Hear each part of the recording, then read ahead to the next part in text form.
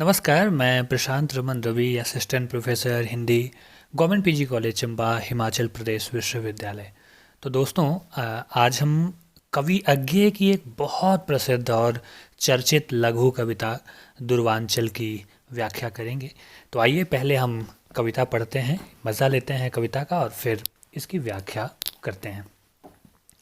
कविता है: पार्श्वगिरि का नम्र चीड़ों में डगर चढ़ती उमंगों सी, बिछी पैरों में नदी ज्यों दर्द की रेखा, विहग शिशु मौन नीड़ों में मैंने आँख भर देखा, दिया मन को दिलासा पुनः आऊँगा, भले ही बरस दिन अनगिनत युगों के बाद।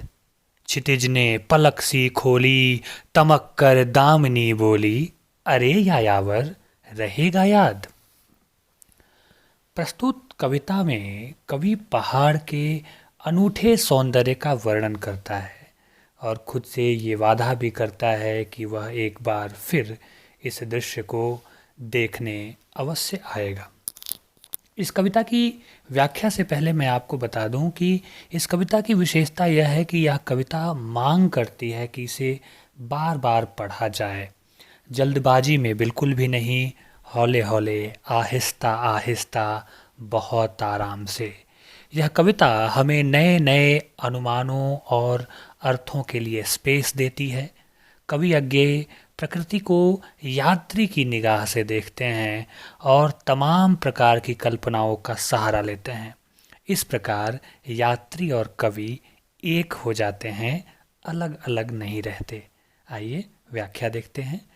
पार्श्वगिरि का नम्र चीड़ों में, पहाड़ की ढलानों में आकाश को छूते हुए बड़े बड़े चीड़ के पेड़ लगे हैं।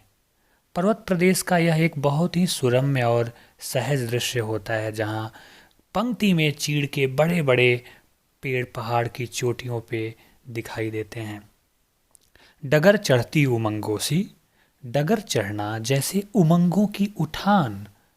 उस पहाड़ पर पगडंडी डगर ऐसे चढ़ती हुई दिखाई दे रही है जैसे यात्री की उमंग निरंतर बढ़ती जा रही है। यहाँ यात्रा के रोमांच से पैदा हुई उमंग का वर्णन कवि या यात्री करता है। बिछी पैरों में नदी ज्यों दर्द की रेखा।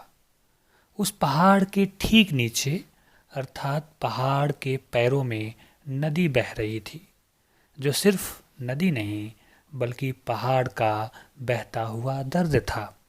यहाँ एक और अर्थ यह हो सकता है कि जो विशाल है, ऊंचा है, उसके पास भी दर्द है। इस दर्द से कोई बच नहीं सका, अर्थात जीवन में दर्द की अनिवार्यता को कवि पहाड़ और नदी के बिंब से रेखांकित कर रहे हैं।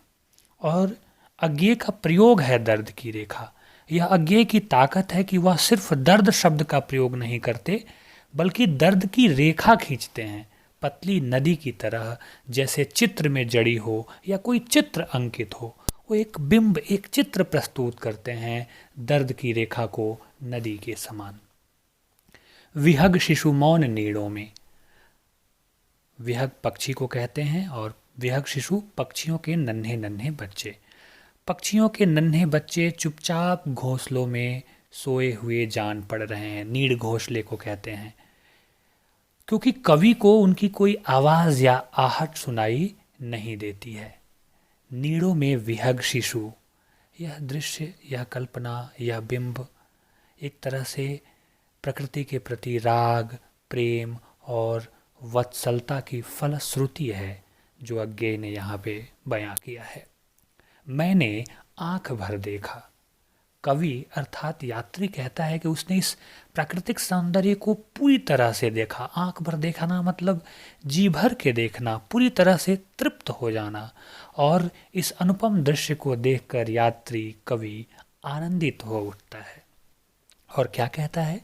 दिया मन को दिलासा पुनः आऊँगा, भले ही बरस दिन अनगिनत युगों के बाद।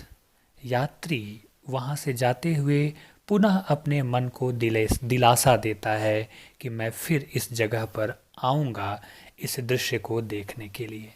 यह एक सामान्य सी बात है, स्वाभाविकता है कि हम या कोई भी किसी बहुत ही रमणीय और खूबसूरत स्थान पर जाता है और वहाँ से जब वह आनंदित होता है, तृप्त होता है, तो मन ही मन वो ये बात कहता है कि मैं फिर एक बार आऊँगा। कवि कहता है कि यहाँ फिर आने में मुझे कितने वर्ष, दिन और युग ही क्यों न लग जाएं, लेकिन मैं पुनः आऊँगा, यह आश्वासन यात्री खुद को दे रहा है। कवि ने आगे लिखा, क्षितिज ने पलक सी खोली, तमक कर दामिनी बोली, अरे यायावर रहेगा याद। दूर क्षितिज ने यात्री के इस आश्वासन को सुनकर मानो पलकें खोल दी और तमक कर बिजली, दामिनी कहते हैं बिजली को, तमक कर बिजली ने व्यंग किया कि अरे यायावर, यायावर मतलब घुमक्कड़, यात्री, रहेगा याद। यात्री का स्वभाव नहीं कि वह एक ही जगह पर बार बार जाए, इसलिए तमक कर दामिनी का ऐसा कहना कि तुम्हें याद रहेगा, यात्री के झूठे आश्वासन पर चोट है, क्योंकि यात्री न जाने कितनी जगहों पर जाएगा, कैसे कैसे दृश्य देखेगा, उसे भला यह दृश्य कहाँ याद रहेगा।